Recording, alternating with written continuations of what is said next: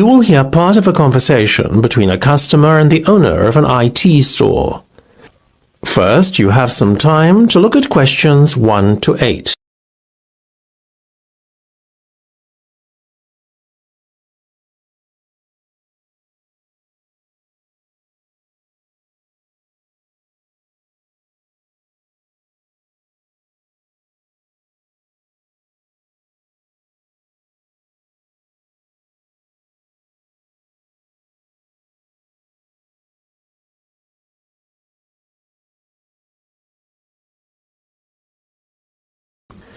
You should answer the questions as you listen, because you will not hear the recording a second time. Listen carefully and answer questions 1 to 8. So, before we go any further, can we just confirm what has been agreed so far, as it's starting to get a little complicated? Certainly. Tell you what, why don't I start to make out the invoice? Should I address it to you personally, or is there a business name you'd like me to use? We trade under the name Ben and Dye Enterprises. Okay. Now, as you were talking to one of my sales reps to start with, I'm going to put him down as the contact on the invoice. That way, he'll get the commission on this sale, you see. His name was Rowan Laver, is that right? Rather peculiar name, but a lovely man. You almost got it. It's Rome, as in the city, and Laver, Laver.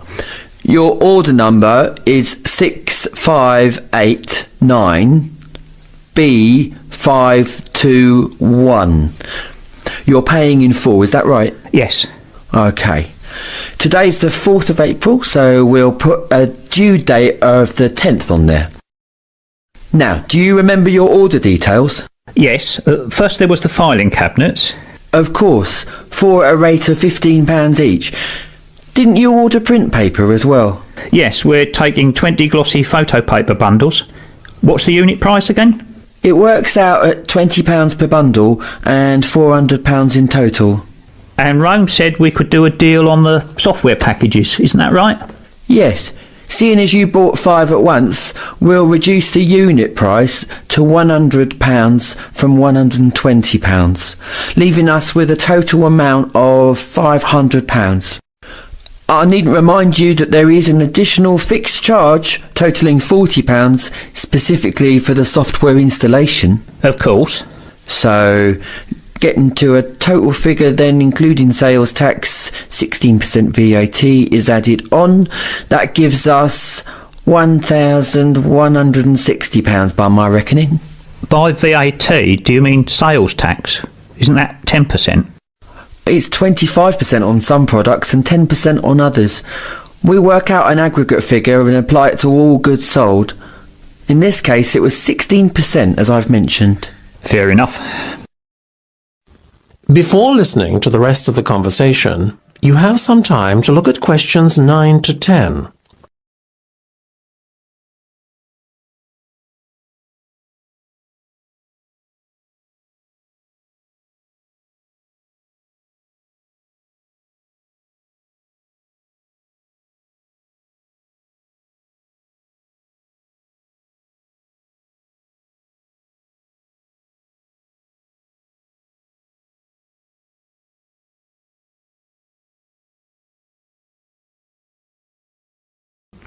Now listen and answer questions 9 to 10. Listen, I know the due date isn't for a week, but do you mind if I write you out a cheque today? Not at all. You can make it out to me, Michael McCloskey. How do you spell that then? What, McCloskey? It's capital M-C, capital C-L-O-S-K-E-Y. Got it.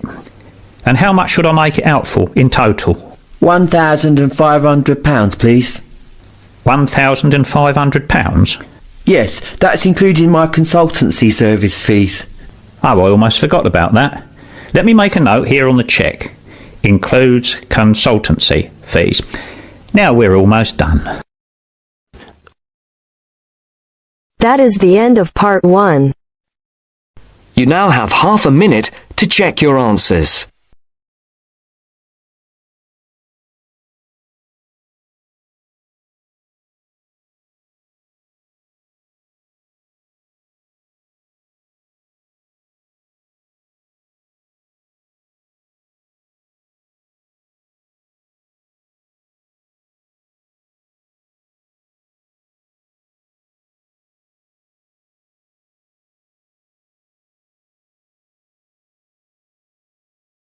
Now turns to Part 2. Part 2. You will hear an accommodation officer telling students about different halls of residence. You now have 30 seconds to read questions 11 to 15.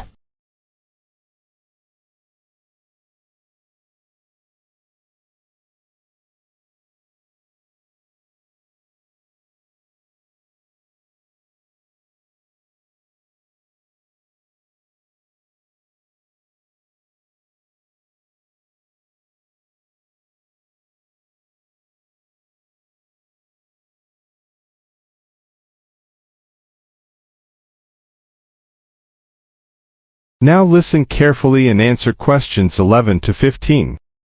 Good afternoon, and welcome to Stanton University. I'm here to tell you about the various halls of residence we have available, should you choose to come here. We aim to offer accommodation in halls to all first-year students, and you'll find there's a good variety to choose from. First of all, there's Brown Hall, which, as you'll see, is not the most modern of buildings, but it is very popular with some students.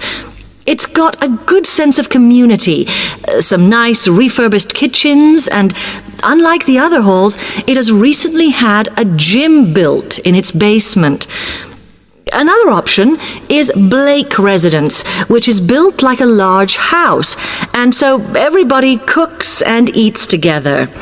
It has its own sectioned-off bit of private garden and is even more peaceful because this is an all-girls residence. Although, of course, boys are allowed to visit the hall and, I understand, frequently take part in cooking dinner. The largest hall we have is Queen's Building, and this has been upgraded recently. The original parking area has been built on so that the hall now has a large common room, and each bedroom now has its own shower room, which many students regard as a real bonus. A further option is the Parkway Flats, which won an award for design in its day. And this building now has a preservation order on it. This has meant that only a limited amount could be done to upgrade it, and the surrounding area is important, so parking is not permitted around the flats. However, the flats do have many extra facilities, such as a special computer room, a small library, and a self-service restaurant. The cost of breakfast, lunch, and dinner is covered in the fees for this hall, so it does look a bit more expensive. The last residence we can offer you is Temple Rise, which again is slightly more expensive than other halls as the rooms are larger. This has got very lovely views across to the coast, and this more than compensates for the fact that bathrooms here are shared between 6 students. However, the hall has domestic staff who clean the rooms once a week, so this is perhaps an attractive option for the messier amongst you. You now have 30 seconds to read questions 16 to 20.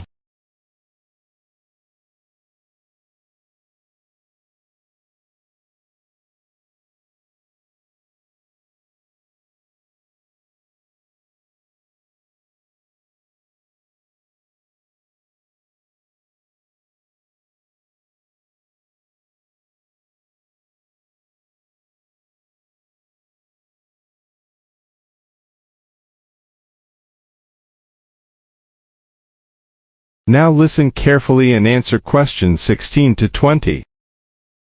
Now, if I can just show on this wall map here where they all are, you might like to go and have a look round. If you come into the main university entrance, at the first junction, you'll find that Brown Hall is on the corner opposite the theatre. So you're nice and near the station here, though I think it can get a bit noisy with traffic. The same applies to Blake Residence, which is directly facing the junction to the university entrance. These halls are often used by medical students and such like, as they're out all day, so don't notice the noise.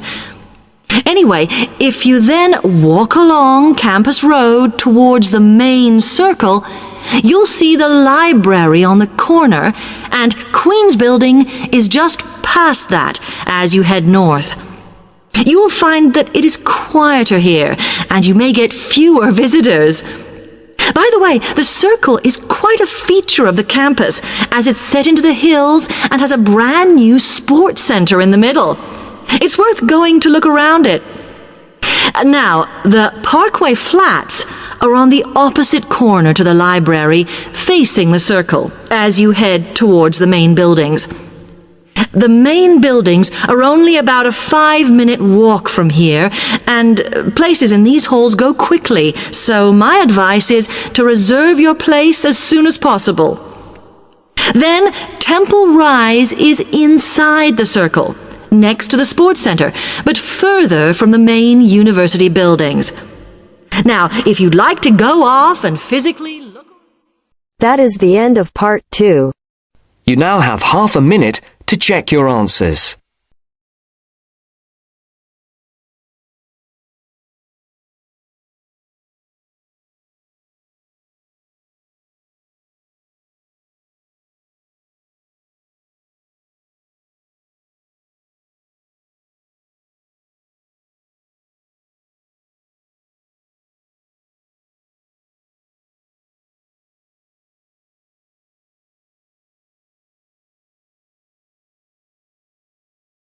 Now turns to part 3. Part 3. You are going to hear a conversation between an interviewer and a professor. First, you have some time to look at questions 21 to 26.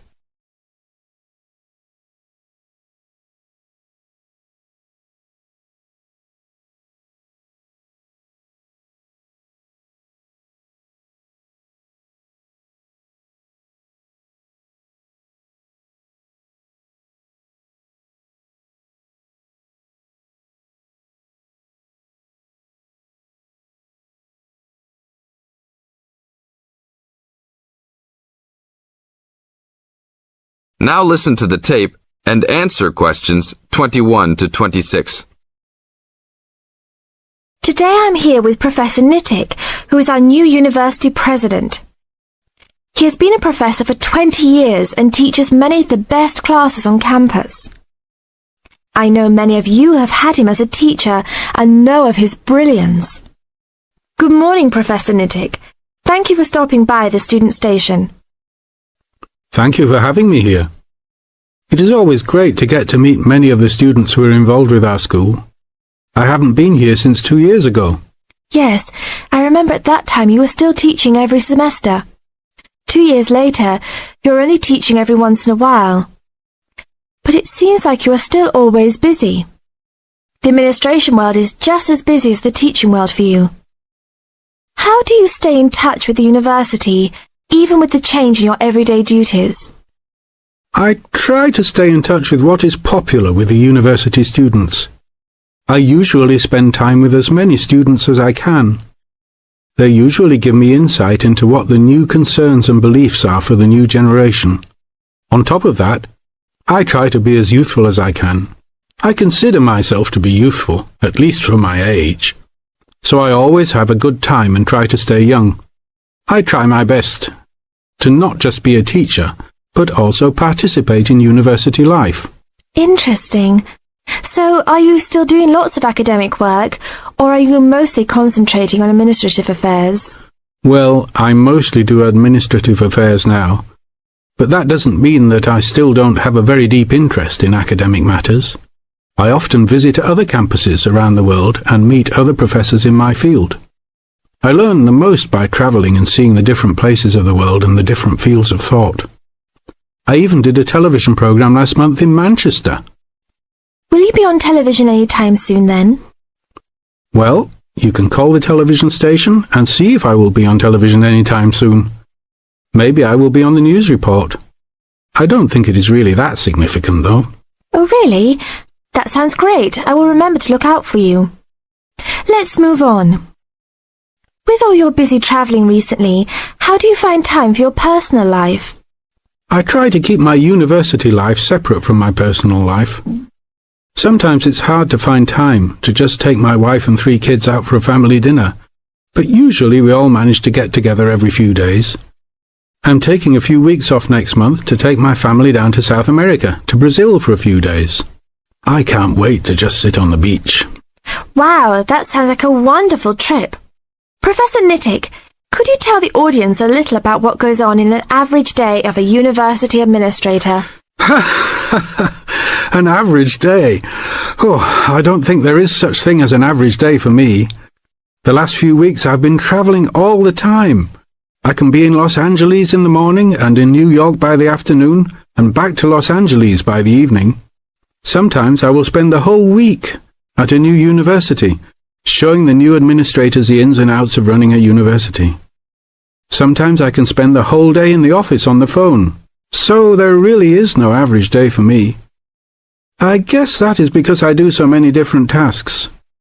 Sorry to let all the viewers down, but that is the plain truth. Now look at questions 27 to 30.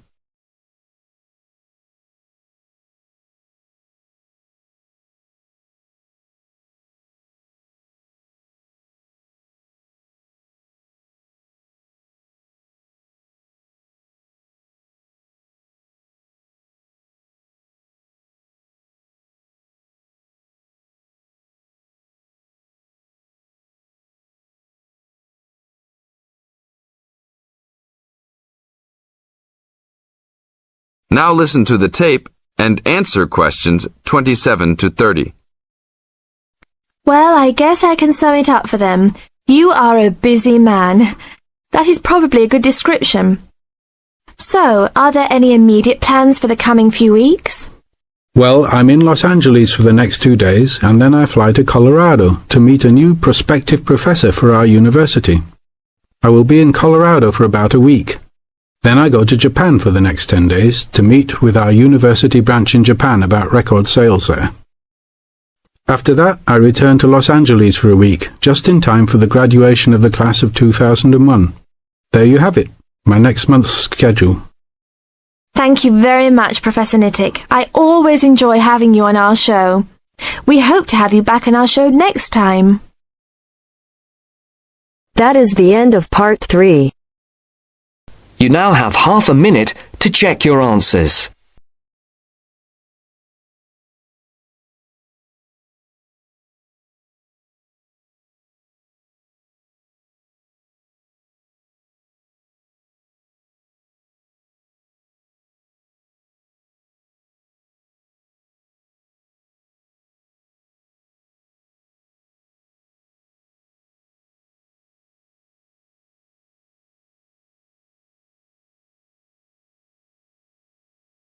Now turns to part 4. Part 4.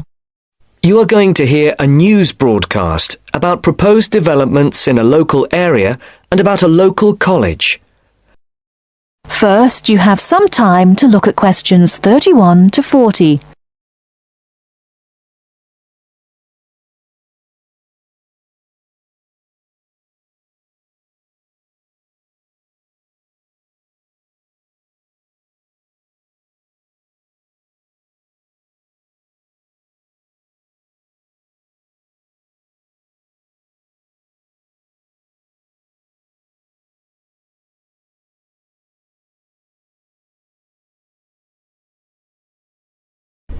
Now listen carefully and answer questions 31 to 40. And now for our main headlines on Southern local news for today. First of all, the report relating to the proposed motorway and other developments around the village of Tartlesbury was published this morning. And, as has been expected, it has created quite a lot of interest. The new motorway will pass along the north side of the village, crossing the River Team less than half a kilometre from the well-known beauty spot, Streve Ford, to the northeast of the village. The motorway will cut the village off from the ford, where many children play. But that is not the end of it. There are also plans to build 1,000 houses on farmland west of the village. And on top of that, there are proposals to build an industrial estate for new technology companies on the site of the old steelworks on the edge of the village. A news centre with a swimming pool and a very wide range of sports facilities and a large supermarket with other shops are also planned next to the housing estate. Mr. Jones, a local farmer we spoke to early today, is strongly against the plans. But the local council is pushing for them to be adopted in full. They say that new housing is needed in the area and that it is an opportunity to take advantage of government grants for setting up new technology developments. The Mayor, Mr. Funn, says, "We must make every effort to do our part for the economy of the country and for the local people. This is a golden opportunity to put Tartlesbury on the map." Reactions to Mr. Funn's comments have been quick to come. Surprisingly, when we contacted the spokesman of the local conservation group, he was very much for the planned developments. But not all the local groups support the scheme. And, unlike the Mayor, the local MP, Mrs. Wright, is very much against the planned developments. Mr. Khan, a local shopkeeper, had this to say: "People are absolutely horrified at what is being proposed here. This is just a chance for some people to make money quickly. But I can assure you that if they think that local people are going to be a walkover, they have another think coming. Of course, we welcome the jobs that the new technology park will bring, but we feel that the large increase in housing and the proposed motorway will destroy the character of the area." I think this is a debate that is going to run on for quite some time, and we here on Local News will keep you informed. And now for something quite different. This year's exam results have just come out, and there are a lot of happy faces out there. It would seem that the number of young people going on to university from the local college in Upton, which is not far from Tartlesbury, has increased by 25% this year. All those who have applied to go to university or into teacher training colleges have found places. This is the first time that there has been a 100% success rate at the college. We spoke earlier to the principal of the college, who said she was very proud of all those who had achieved their aims, and she wished them every success in the future. There will be another news bulletin at 11 p.m. And for now, it's back to more music from around the world. That is the end of part 4. You now have half a minute to check your answers.